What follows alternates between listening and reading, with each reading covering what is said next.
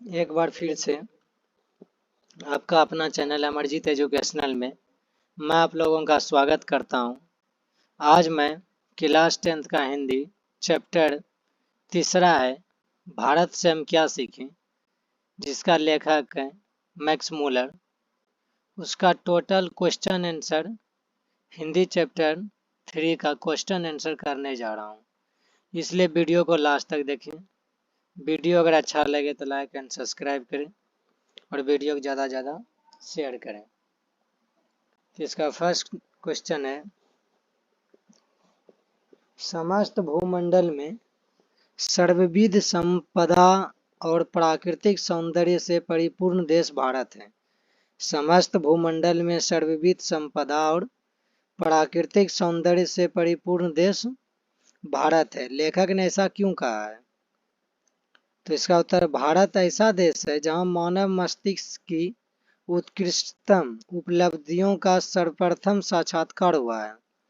यहाँ जीवन की बड़ी से बड़ी समस्याओं के ऐसे समाधान ढूंढ निकाले गए हैं जो विश्व के दार्शनिकों के लिए चिंतन का विषय है। भारत में भूतल पर ही स्वर्ग की छटा बिखरती है। यहाँ की धरती प्राकृतिक सौंदर्य, मानवीय गुण, मूल्यवान रत्न और प्राकृतिक संपदा एवं मनुष्यों के आध्यात्मिक चिंतन से परिपूर्ण होता है और यहाँ जीवन को सुखद बनाने के लिए उपयुक्त ज्ञान एवं वातावरण का सानिध्य मिलता है, जो कि भूमंडल में अन्यत्र नहीं है।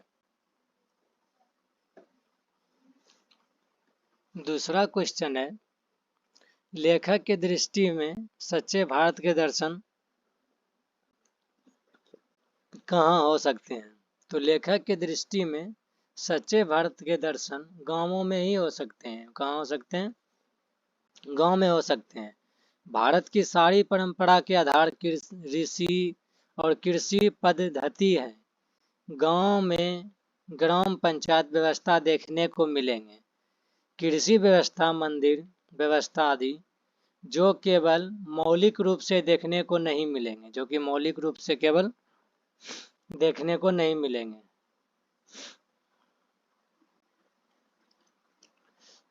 तीसरा नंबर क्वेश्चन है, भारत को पहचान सकने वाली दृष्टि की आवश्यकता किनके लिए वांछनीय है और क्यों है? तो भारत को पहचान करने वाली दृष्टि भारतीय सिविल सेवा हेतु, भारत को जो पहचान करने वाली दृष्टि है वो भारतीय सिविल सेवा हेतु चयनित युवा अंग्रेज अधिकारियों के लिए है।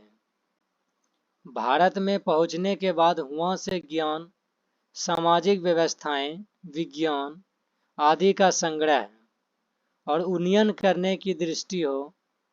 सर विलियम जोन्स की तरह नए युवा अधिकारी भी स्वप्नदर्शी हो और गंगा सिंधु के मैदानों में संग्रहणीय वस्तु एवं विद्या इंग्लैंड लावे। स्वप्नदर्शी हो या गंगा सिंधु के मैदानों में संग्रहणीय वस्तु या विद्या इंग्लैंड लावे। इसका चौथा नंबर क्वेश्चन है, लेखक ने किन विशेष क्षेत्रों में अभिरुचि रखने वाले के लिए भारत का प्रत्यक्ष ज्ञान आवश्यक बताया है? लेखक ने कहा कि आपकी अभिरुचि की पैठ किसी विशेष क्षेत्रों में है। लेखक ने कहा कि आपकी अभिरुचि की पैठ किसी विशेष क्षेत्रों में है तो भारत में आपको पर्याप्त अवसर मिलेंगे। लोकप्रिय शिक्षा से संबंधित हो या उच्च शिक्षा, चाहे संसद में प्रतिनिधित्व की बात हो अथवा कानून बनाने की बात हो, चाहे प्रवास संबंधित यानी जो कि घर द्वार बनाते हैं, या कानून जो कि कानून हो, अथवा अन्य कोई कानूनी मसला, सीखने या सिखाने योग्य कोई बात क्यों ना हो, भारत के रूप में आपको ऐसी प्रयोगशाला मिलेगी जैसे विश्व में अन्यत्र कहीं नहीं मिल सकती। ठीक, इस क्वेश्चन का आंसर इतना दूर तक है, इसे एक बार पढ़ लें।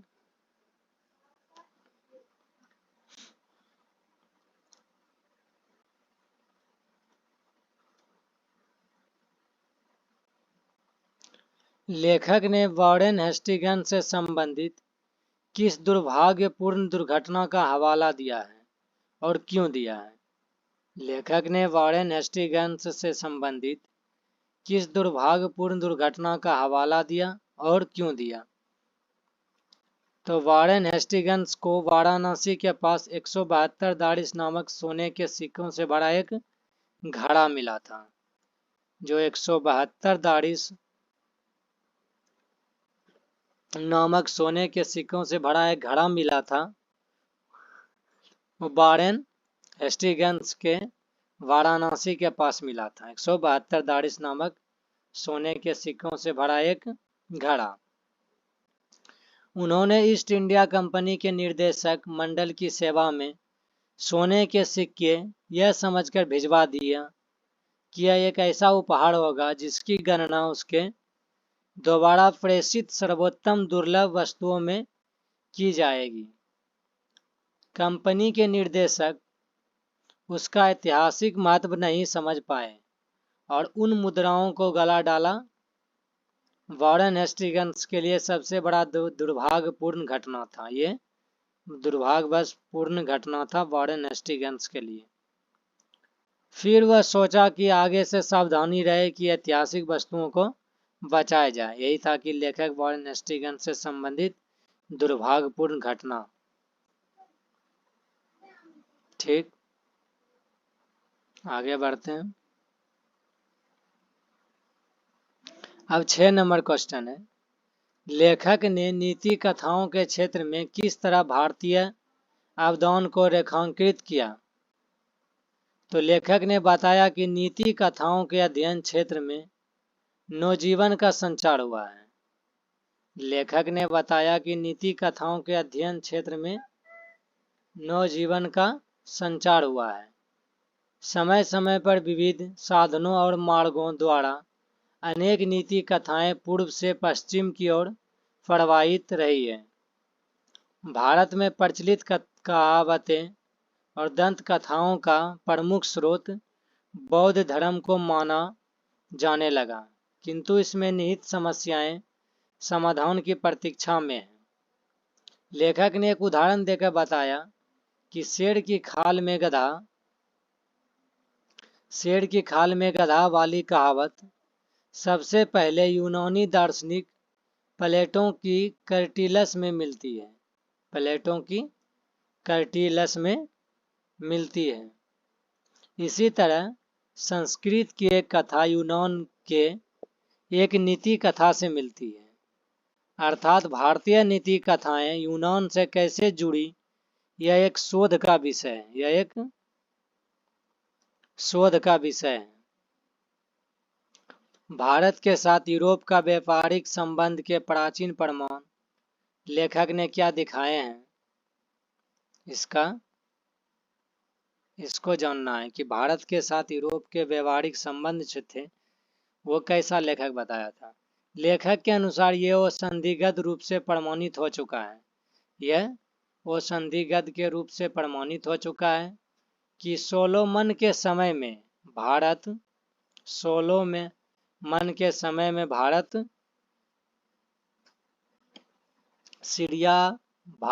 सीरिया और फिलिस्तीन के मध्य आवागमन के साधन सुलभ हो चुके थे। साथ ही इन देशों के व्यापारिक अध्ययन करने पर कुछ संस्कृत शब्दों का प्रयोग मिलता है। इन संस्कृत शब्दों के आधार पर प्रमाणित होता है कि हाथी, दांत, बंदर, मोर और चंदन आदि जिन वस्तुओं के ऑफिसर से निर्यात की बात बाइबल में कही गई है, वह वस्तुएं भारत के सिवाय किसी अन्य देश से नहीं ला जा सकती। ऐतिहासिक अध्ययन से यह भी ज्ञात है कि 10वीं-11वीं सदी में भी भारत के साथ यूरोप के व्यापारिक संबंध बंद नहीं हुए थे। 10वीं-11वीं सदी में भारत के साथ यूरोप के व्यापारिक संबंध बंद नहीं हुए थे।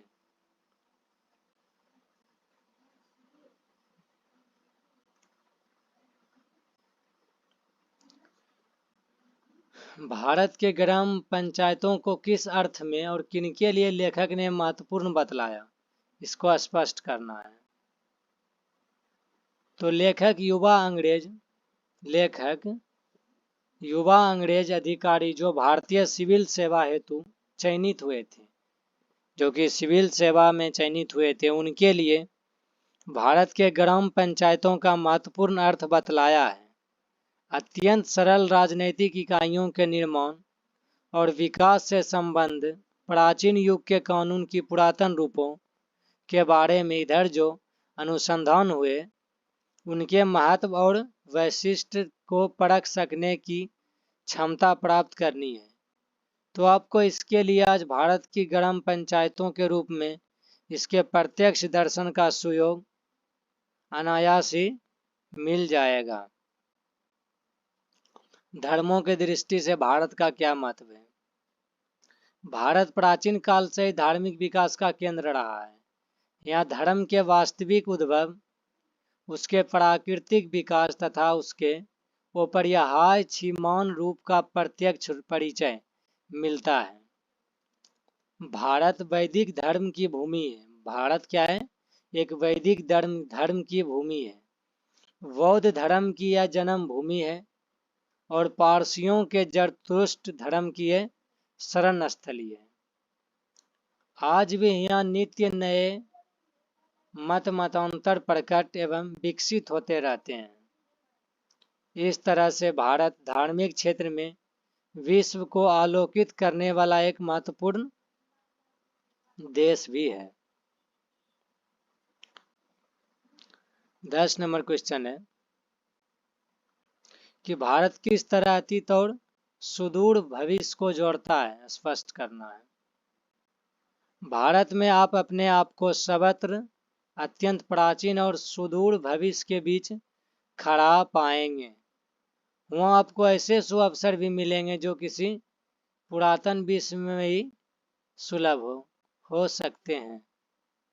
आप आज की किसी भी ज्वलंत समस्या को ले लीजिए, वह समस्या चाहे लोकप्रिय शिक्षा से संबंधित हो या उच्च शिक्षा, चाहे संसद में प्रतिनिधित्व की बात हो अथवा कानून बनाने की बात हो, या चाहे प्रवास संबंधित कानून हो अथवा अन्य कोई कानूनी मसला, सीखने या सिखाने योग्य कोई बात क्यों ना हो, तो भारत के रूप में आपको ऐसी प्रयोगशाला मिलेगी जैसे विश्व में अन्यत्र कहीं नहीं मिल सकता।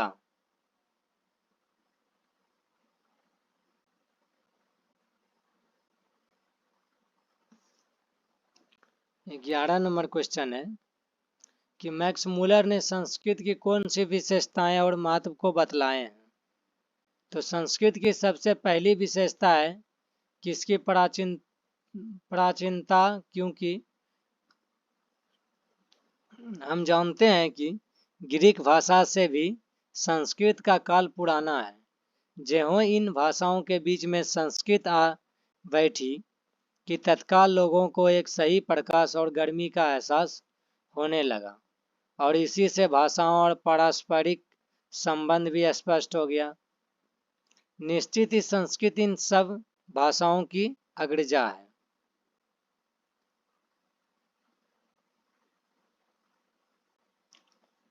लेखक वास्तविक इतिहास किसे मानता है और क्यों?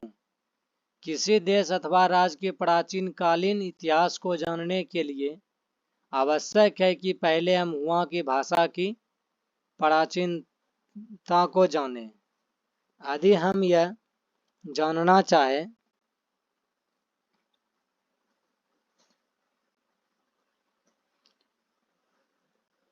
कि आर्य लोग अनेक शाखाओं में विभक्त होने से पूर्व चूहे के बारे में जानते थे या नहीं, तो हमें आर्य भाषाओं के शब्दकोश देखने होंगे। भाषा के सहारे आर्य के विभाजन से पूर्व की सभ्यता एवं सांस्कृतिक अवस्था को जाना जा सकता है। संस्कृत, ग्रीक और लैटिन इन तीनों भाषाओं को एक सामान्य मूल उद्गम स्रोत तक पहुंचने के लिए हमें बहुत पीछे हटना होगा। पीछे हटकर हम उस सम्मिलन स्थल पर पहुंच जाएंगे जहां से हिंदू, ग्रीक, यूनानी आदि शक्तिशाली भी जातियां थी, एक दूसरे से पृथक हुई थी। अतीत के अध्ययन से हम पाते हैं कि आदि आर्या भाषा चिंतन परंपरा के प्रवाहों के उतार चढ़ाव से घिसने वाली चट्टान रही है।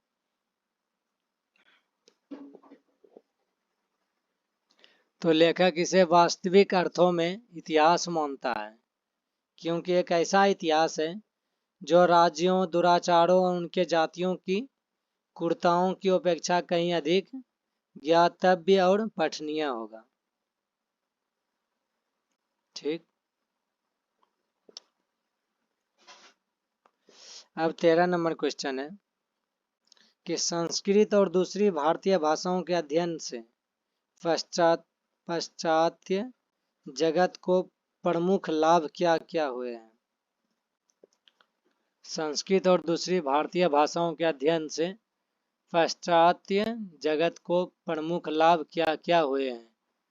संस्कृत और दूसरी भारतीय भाषाओं के अध्ययन के पश्चात मानव जाति के बारे में हमारे विचार व्यापक और उदार ही नहीं बने हैं, तथा लाखों करोड़ों अजनबियों तथा बर्बर समझे जाने वाले लोगों का भी अपने ही परिवार के सदस्य की भांति गले लगाना ही नहीं सीखे हैं, अपितु इसने मानव जाति के संपूर्ण इतिहास को एक वास्तविक रूप से प्रकट कर दिखाया है जो पहले नहीं हो पाया था। यही हमारे संस्कृत और दूसरी भारतीय भाषाओं के अध्ययन का लाभ हुआ था।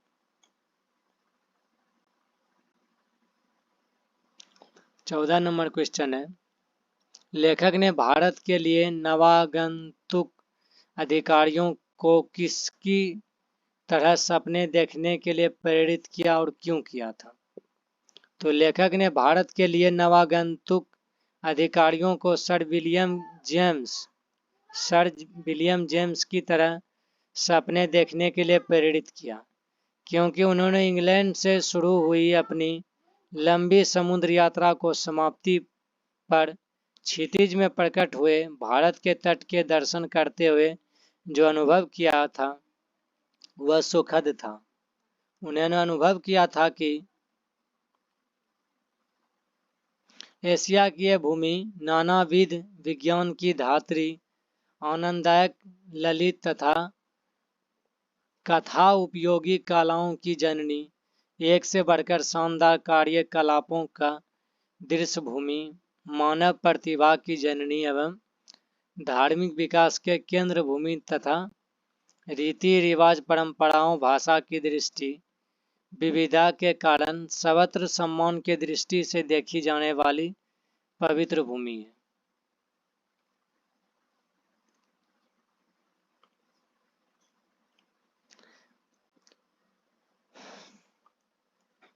पंद्रह नंबर है, लेखक ने नया सिकंदर किसे कहा है। ऐसा कहना क्या सही था? यह लेखक का कहने का क्या तात्पर्य है, स्पष्ट करना है।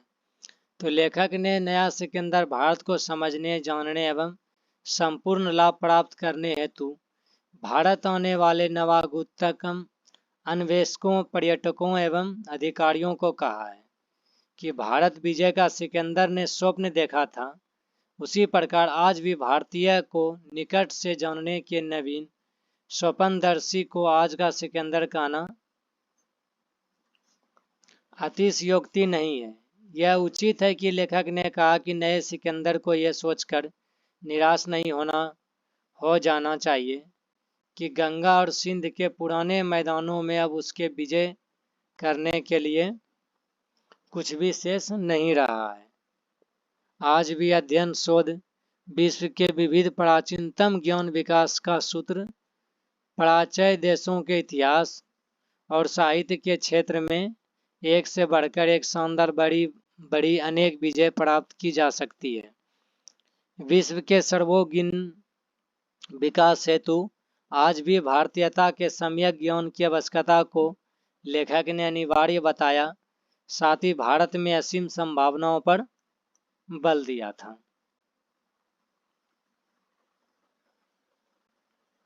अब है भाषा की बात। निम्नलिखित वाक्यों से विशेष्य और विशेषण का पद चुनना है। उत्कृष्टतम उपलब्धियों का सर्वप्रथम साक्षात्कार होना। तो ये विशेष्य है उपलब्धियों और विशेषण है उत्कृष्टतम। उत्कृष्टतम एक विशेषण है और विशेष है उपलब्धियों। प्लेटो और कांट जैसे दार्शनिकों का अध्ययन करने वाला हम यूरोपियन लोग, तो इसका यूरोपियन हो जाएगा विशेष्य, यूरोपियन हो जाएगा विशेष्य, और हम हो जाएंगे विशेषण। अगला जन्म तथा शाश्वत जीवन, जन्म विशेष्य हो जाएगा, अगला विशेषण हो जाएगा, जीवन विशेष हो जाएगा और शाश्वत विशेषण हो जाएगा। 2-3 हजार वर्ष पुराना ही क्यों, आज का भारत भी, तो इसका पुराना हो जाएगा विशेष्य, वर्ष हो गया विशेष्य, भारत हो जाएगा विशेष्य, और आज का हो जाएगा विशेषण। भूले बिसरे बचपन की मधुर स्मृतियां, भूले बिसरे यानी विशेषण हो जाएगा, बचपन एक विशेष्य हो जाएगा, और मधुर, मधुर विशेषण हो जाएगा, और स्मृतियां एक विशेष्य हो जाएगा। लाखों करोड़ों अजनबियों तथा बड़बर समझे जाने वाले लोगों को, इसका अजनबियों, लाखों करोड़ों पहले हो गया विशेषण, अजनबियों हो गया विशेष्य, और बड़बड़ हो गया विशेषण, और लोगों को, लोगों का नहीं विशेष्य। ठीक। दूसरा है अग्रजा की तरह जा प्रत्यय जोड़कर 3-3 शब्द को बनाना है। अग्रजा यानी जलजा, अनुजा, पूर्वजा, जो जा को लास्ट में लगाना है, बाकी 3-3 को शब्द बोला है बनाने के लिए। अग्रजा जैसे है तो जलजा जो आकर लगा, अनुजा लग गया, पूर्वजा हो गया, अग्रजा, अग्राजा हो गया,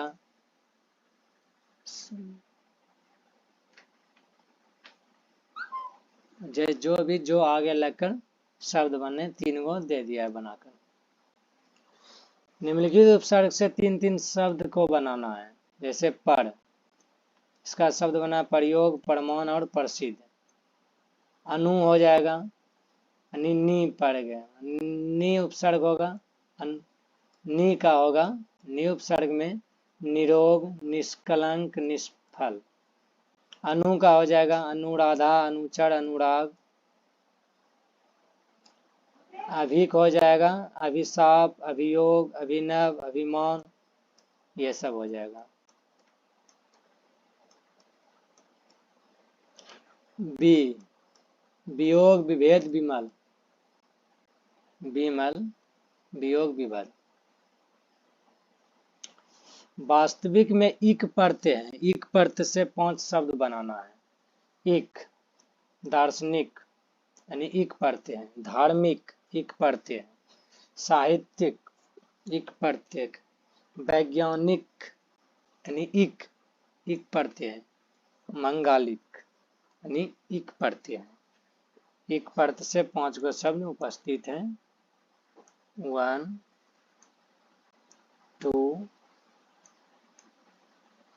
3 4 5। इसी के साथ मैं इसका तीसरा चैप्टर जो था मैक्स मूलर को भारत से हम क्या सीखें, इसका टोटल क्वेश्चन आंसर कर दिया हूँ। वीडियो को लास्ट तक देखने के लिए धन्यवाद। वीडियो अगर अच्छा लगे तो लाइक एंड सब्सक्राइब करें और वीडियो को ज़्यादा ज़्यादा शेयर करें। तब तक के लिए मिलूँगा अगला वीडियो में। तब तक के लिए जय हिंद, जय भारत।